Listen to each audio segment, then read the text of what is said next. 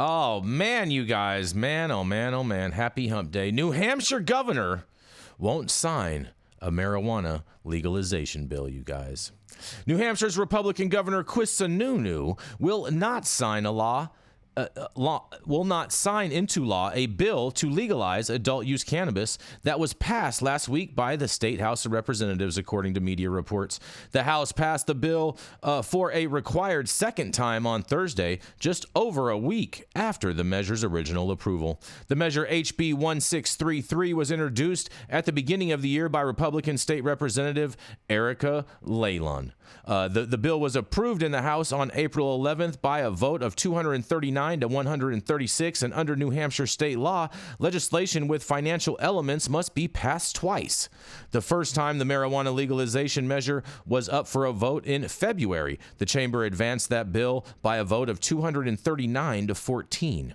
If passed by the state Senate and signed into law by Republican Governor Chris Sununu, the bill would legalize marijuana for adults aged 21 and older who would be permitted to possess up to 4 ounces of weed.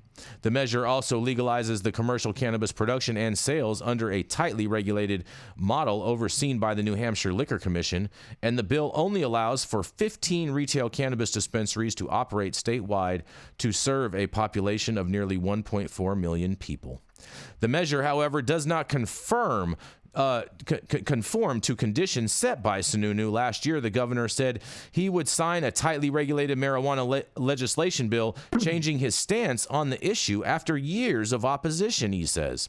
And in a quote, Governor Sununu has been crystal clear about the framework needed for a legalization bill to earn his support. Focusing on harm reduction and keeping it out of kids' hands, his office said in a statement to reporters after the House passed the marijuana bill on Thursday.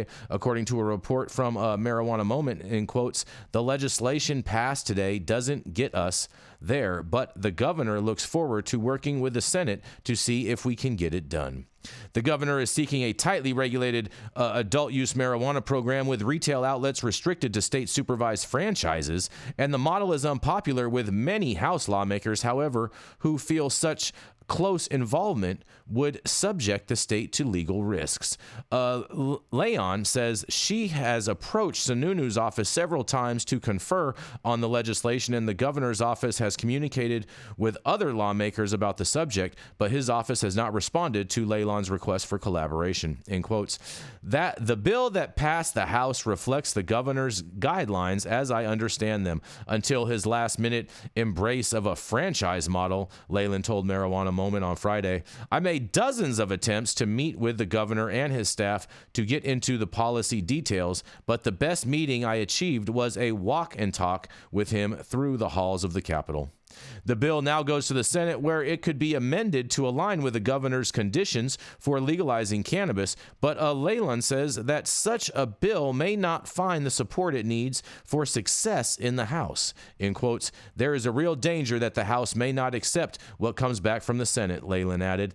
So I look forward to talking with my colleagues to ensure that anything we receive can pass without a committee of conference, she says.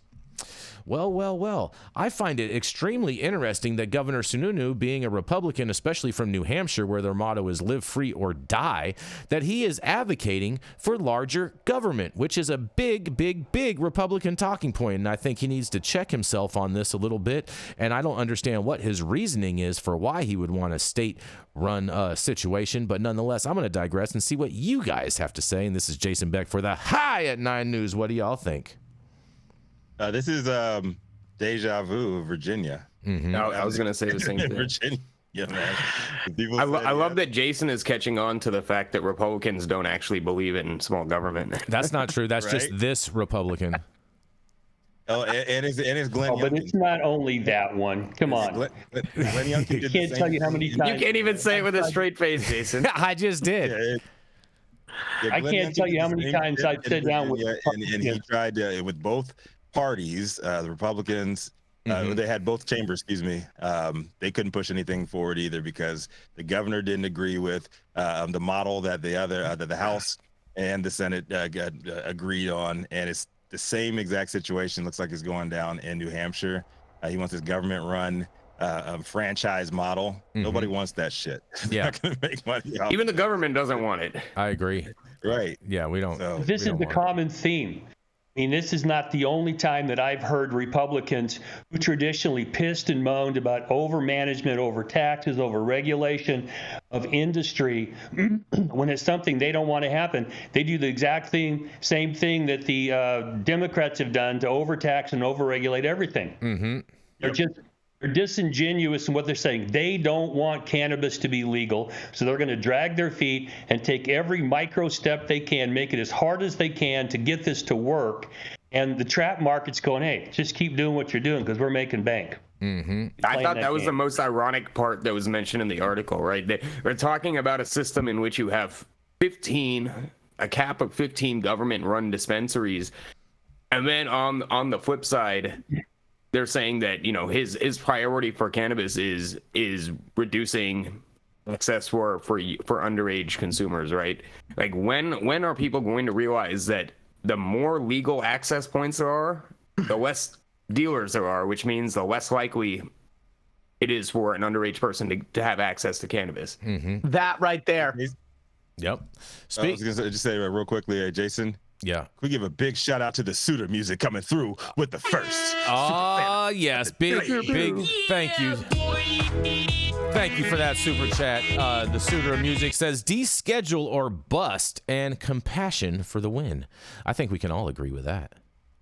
It's not so new. It's so old, and it's nothing revolutionary, and it's not going to move the needle. And government-run dispensaries, it doesn't make any sense.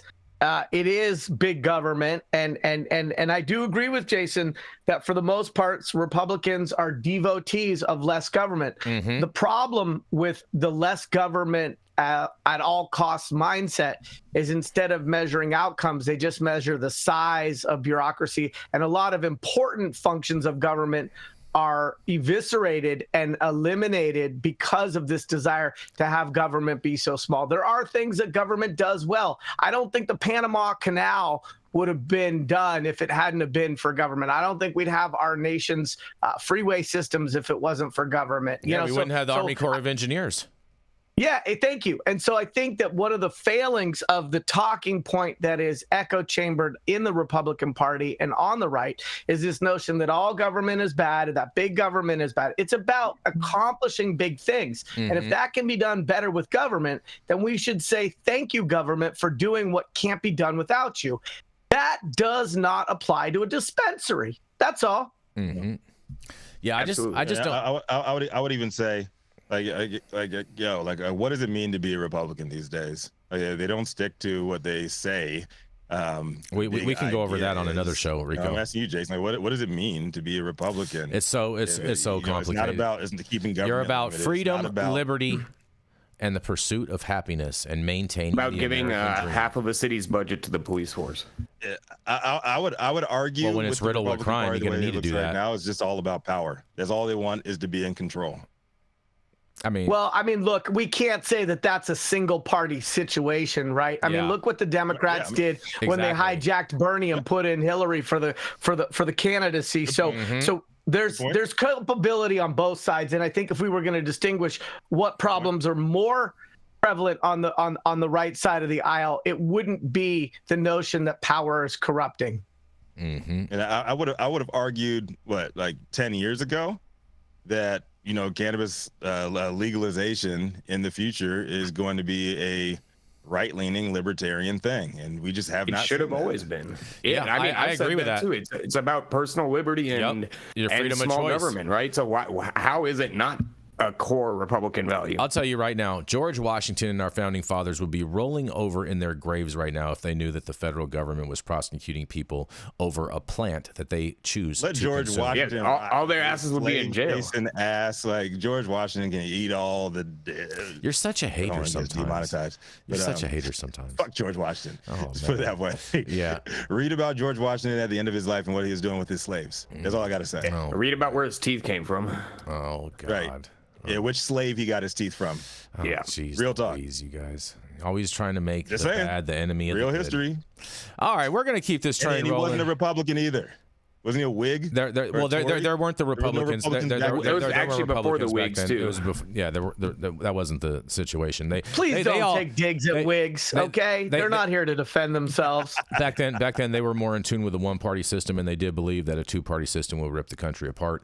And that was his second farewell address, right? He warned that the federal system would have and eventually inherently lead to two parties, which would lead to single issue voters. Yep. And speaking of that, someone told me a funny, interesting rabbit hole one time the other day, and I thought it was extremely interesting, Rico, and I think you will find it very, very interesting. I love rabbit holes. Yeah. They said here's your conspiracy theory. Are you ready? They said ever since the Civil War, the Democrats have been hell-bent on destroying America, even if it took 150 years to do so. Was that a fortune cookie or some propaganda at an event that you went to? You can take it however you want it. We want to examine this a little more closely, Jason. I mean, look, Jason, let's look at the values of each of those parties in following the Civil War. But there's some truth in that. It's just that somebody mutated it to make it partisan. I think what we would be more accurate in saying is that people in a position of power for many years in many countries and in many societies have had a vested interest in keeping large swaths of the population under-resourced, under-opportunities, and to gaslight people into not understanding what's being done to them. And that has to do with corruption and power. Yep. And on